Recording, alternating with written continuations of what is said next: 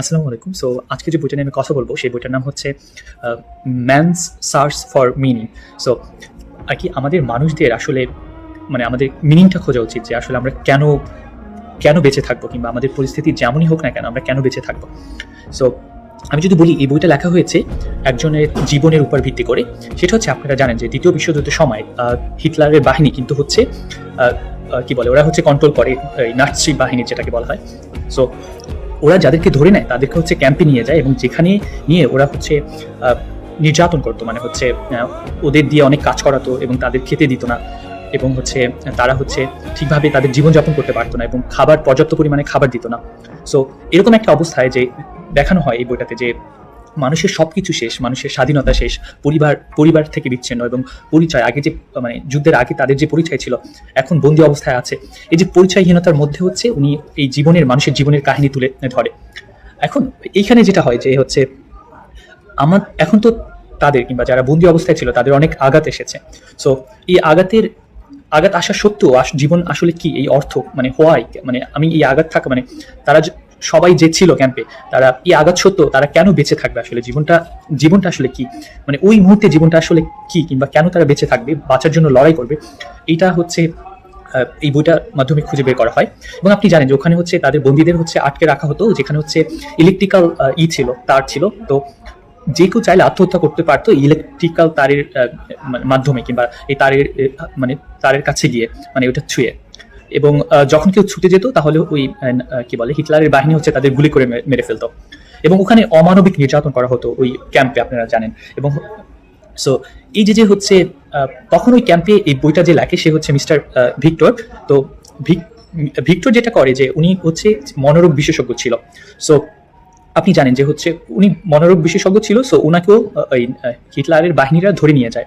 তো উনি দেখে যে আসলে খুব ভয়ঙ্কর অবস্থা, যে মানুষের ক্ষুধার মধ্যে দিয়ে যেতে হচ্ছে, কাউকে পিটাচ্ছে, পিটনি খেচ্ছে, কেউ হচ্ছে বরফের মধ্যে দিয়ে কাজ করতে হচ্ছে, খালি পায়ে হাঁটতে হচ্ছে বরফের মধ্যে, কিংবা হচ্ছে বন্ধুদের মৃত্যু হচ্ছে, কারণ তারা সবাই একসাথে ছিল। তো কিছু কিছু মানুষের এর মধ্যে থেকে মৃত্যু হয়ে যাচ্ছিল। সো এর মধ্যে হচ্ছে জীবনের আপনার মানে খুঁজতে পেরেছিল কিছু কিছু মানুষ। সো এই ভিক্টর উনি দেখলো যে ক্যাম্পে আসলে দুই ধরনের মানুষ আছে, যারা হচ্ছে মৃত্যুর দিকে আগিয়ে যাচ্ছে এবং তারা মনে করছে জীবন শেষ, আসলে আমাদের আর কিছু করার নেই, কারণ হচ্ছে আমরা এখন হিটলার বাহিনীর কাছে আটকা আছি, আত্মসমর্পণ আছি। এবং আরো কিছু মানুষজন ছিল, তারা এই কঠিন পরিস্থিতিতেও খুব হাস্য উজ্জ্বল ছিল এবং জীবনের মানে খুঁজে বের করেছে। এবং এমনও দেখা গিয়েছে এই পরিস্থিতিতে কোনো মানুষ ছিল যারা হচ্ছে নিজের এক টুকরো রুটি অন্য একটা মানুষকে দিয়ে সাহায্য করেছে। তো এর মাধ্যমে উনি বইটা দেখানোর চেষ্টা করে যে আসলে বইটাতে দেখানোর চেষ্টা করে যে আপনার জীবনের মানে খুঁজতে হবে, আপনি কেন বেঁচে থাকবেন। সো এই যে ভিক্টর, উনি কেন বেঁচে ছিলেন কিংবা বাঁচার জন্য লড়াই করেছেন, কারণ হচ্ছে উনি চেয়েছে যে এই বাহিনী যখন এই জার্মান বাহিনীর হাত থেকে সে রক্ষা পাবে তখন সে পিএইচডি করবে, এই যে তার যে ক্যাম্পের কঠিন জীবন এটার উপর একটা পিএইচডি করে গবেষণা করবে, এবং সে যে মনোরোগ বিশেষজ্ঞ ছিল এটাকে সে কন্টিনিউ করে মানুষকে আরো সেবা দিয়ে যাবে। সো উনি হচ্ছে লোগোথেরাপি নিয়ে কথা বলে। সেটা হচ্ছে ওনার কাছে এই হিটলারের বাহিনীর কাছ থেকে রক্ষা পাওয়ার পর একটা লোক এসে বলে যে আমি তো বেঁচে আছি, বাট আমার ওয়াইফ তো হিটলারের বাহিনীর কাছে কি বলে তারা মেরে ফেলেছে, তো আমার বেঁচে থাকার আসলে মিনিংটা কি আসলে, কিংবা আমার তো আর বেঁচে থাকতে ইচ্ছা করছে না, কিংবা আমার তো অনেক কষ্ট হচ্ছে। তখন উনি বলে যে ভিক্টর বলে যে দেখেন, আপনার আগে যদি আপনার এটা যদি এরকম হতো যে আপনার স্ত্রী বেঁচে আছে বাট হচ্ছে আপনি হিটলারের বাহিনীর হাতে মারা গিয়েছেন, তখন কিন্তু আপনার ওয়াইফের অনেক বেশি কষ্ট হতো।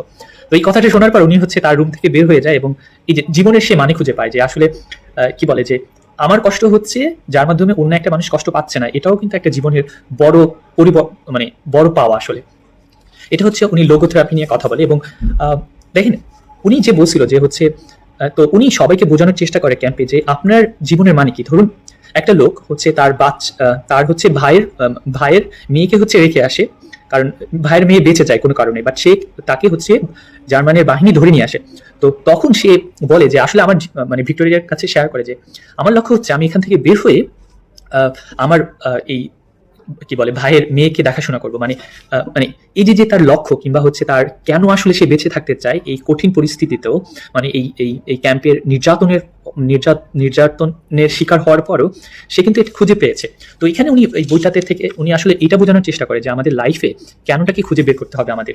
এবং দেখেন কোনো পরিস্থিতিই হচ্ছে আমরা কি করতে আমরা কোনো পরিস্থিতি বদলাতে পারি না, কিন্তু আমরা কিন্তু আমাদের চিন্তার মাধ্যমে কিংবা আমাদের মনোভাব বদলাতে পারি যে না, আমার এখন এই এই পরিস্থিতির মধ্য দিয়ে যেতে হচ্ছে, এর মানে হচ্ছে এই পরিস্থিতিটা আসলে কেমন হয় সেটা কিন্তু আমি আমার লাইফে শিখে নিলাম।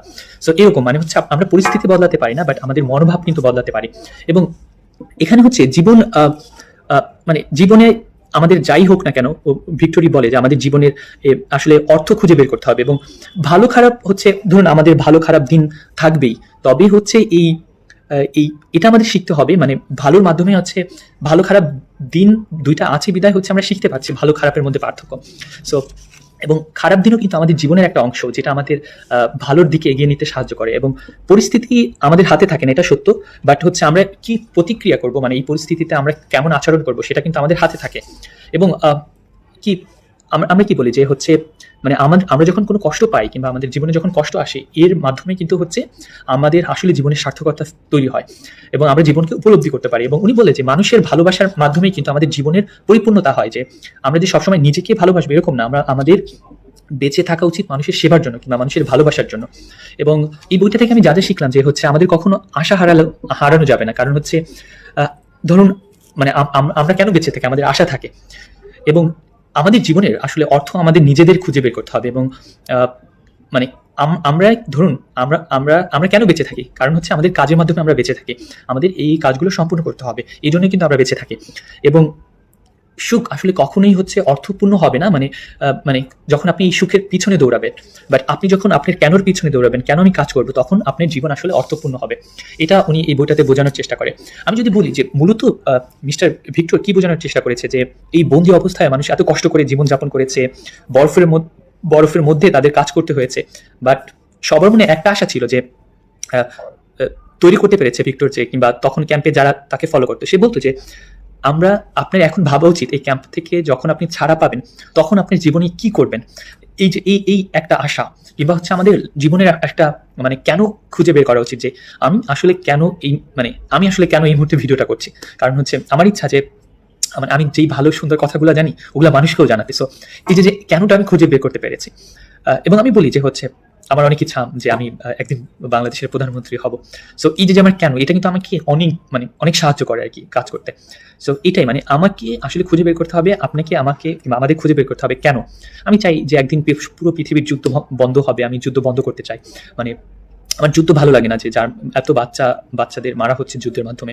সো এই যে যখন আমরা এটাই উনি পুরো বইটাতে বোঝাইছে যে আমাদের জীবনের কেনটা খুঁজে বের করতে হবে। এবং এটার সাথে আমি কোরআনের একটা মানে সূরা, দ্বিতীয়তম সূরা মানে সূরা আল বাকারার হচ্ছে 155 থেকে 157 নম্বর আয়াত পর্যন্ত একটা কথা বলে, যেটা আমার কাছে মনে হয়েছে এটার সাথে মিলে যায়।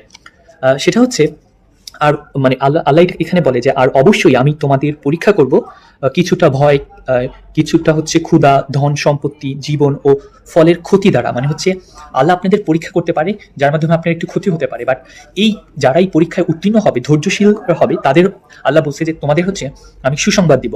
সো মানে আসলে মানে আমরা যে সুখের জন্য কাজ করি, এর মূলত হচ্ছে মানে এই প্রসেসটা আসে মানে কষ্টের মাধ্যমে। মানে জিনিসটা হচ্ছে আপনি তো সুখ উপলব্ধি করতে পারবেন না যদি আপনার জীবনে কষ্ট না থাকে।